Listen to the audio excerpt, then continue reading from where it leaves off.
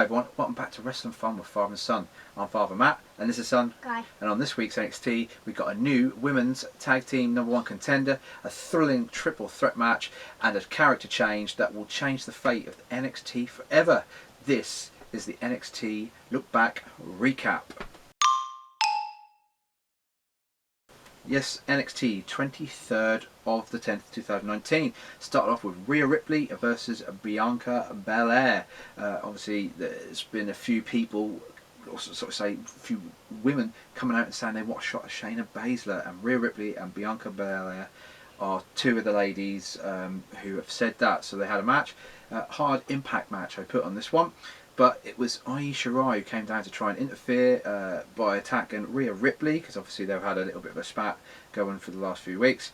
Candice LeRae came down to make the save, but it was Rhea Ripley who got the upper hand and got the win in the end. So stamping her mark on the women's #1 contendership, as it were. Next we had Matt Riddle versus Cameron Grimes. As we know, every time Cameron Grimes sort of starts a match, he has a quick sort of jump and stomp. They actually call it a Cayman stomp now. They've actually got a name for it. I think that's what it's called. They actually he tried again to do that to Matt Riddle, but Matt Riddle was too smart for that. Also, a quick note was Tyler Bates was in the crowd, wasn't he? He was seen earlier with Pete Dunne arriving in a backstage sequence. He was in the crowd. That was quick to note that, because that affects after this match. So it was a hard-fought match, but it was Matt Riddle who got the win. Cameron Grimes is at ringside, near to Tyler Bates. Matt Riddle went for the fist bump. He sort of does that thing where he puts his fist out like that, doesn't he? And then the other person does what back? Go on. What does he do back? Go on. You going to do it? Yep, that's it. The fist bumps. He did it to Cameron Grimes. Cameron Grimes didn't want any of it. He did it to Tyler Bates, who, obviously, like I say, he's at ringside, and then he left. Then Cameron Grimes was sort of got into a little bit of sort of words with Tyler Bates, as it were. He shoved Tyler Bates, only for them to receive a punch to the face. And then it was announced later on that them two are going to have a match next week on NXT. Then we had Breezango come out again. It seems that their new gimmick is they come out every time with a different look. What was their look this week? Pilots. Yep, they come out like fighter pilots. That's it. It was a 3-on-3. They were going to go against the Forgotten Sons. So Breezango needed a partner. It was Isaiah Scott, who I'm really, really impressed with him. He's becoming a really good wrestler. He's impressed me over the last couple of times I've seen him. He's really, really good. It was him who actually got the win over the Forgotten Sons, and continuing that sort of fuse with Breezango and the Forgotten Sons there. They did say that Kushida, who actually teamed with them previously, he was actually injured at the minute, by the looks of it, injured by the hands of Walter. Next we had Leo Rush come out. He was on commentary for the next match. Then they had a video before the next match about Killian Dane saying about Pete Dunne. Obviously last week Pete Dunne tried to snap his fingers before the match. Basically he said that he was going to cause Pete Dunne some pain. So obviously them two are hidden for a clash. It's going to happen soon. So next we had a cruiserweight match. It was Angel Garcia versus Jack Gallagher. Normally Jack Gallagher comes out with an umbrella, but he didn't have the umbrella this week. It's funny how we keep getting these cruiserweight matches as well. It's kind of like they're sort of filtering the people onto the main roster and onto NXT as well. So I'm wondering if 205 is officially now coming to an end. It looks like it is, but we'll have to see. Garza got the win. He got a springboard moonsault victory over Jack Gallagher. Next we had a #1 contender match for the women's tag team championships. It was Dakota Kai and Tegan Nox versus Marina Shafir and Jessamine Duke. And Shayna Baszler did accompany them for the entrance, but didn't go out into the match.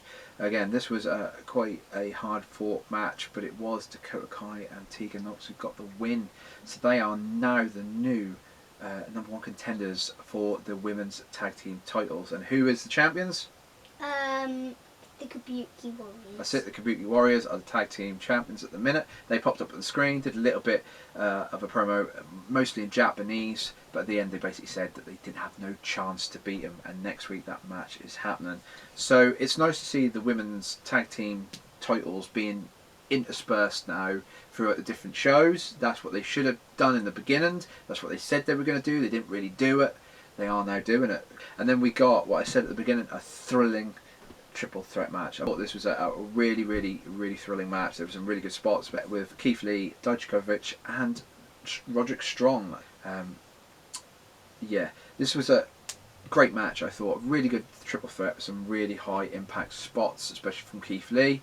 Roderick Strong, as always, is no pun intended. He is a strong wrestler. He is very good, but it was Roderick Strong who capitalised in the end and got the win. Then the Undisputed Era come out to celebrate.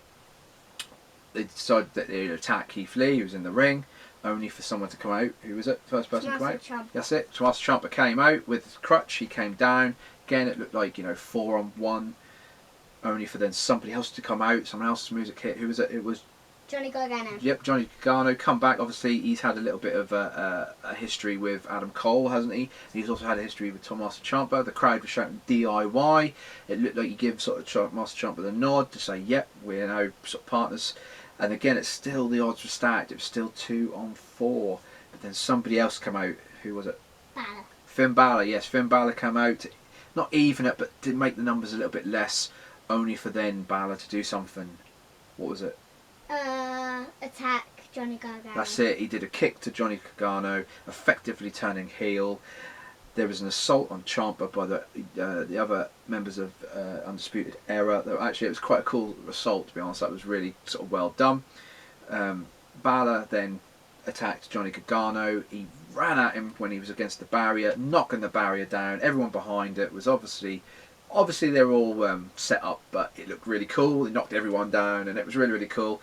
And then he did a spike brainbuster. That's what I'm calling it, a spike brainbuster to the stage. Like I say, completing the heel turn. Now it looks like Finn Balor is effectively a bad guy. What do you feel about that, Kai? What do you feel about Finn Balor being now a heel in NXT? What do you think? Do you think it's a good thing? Do you think it's a bad thing? What do you feel?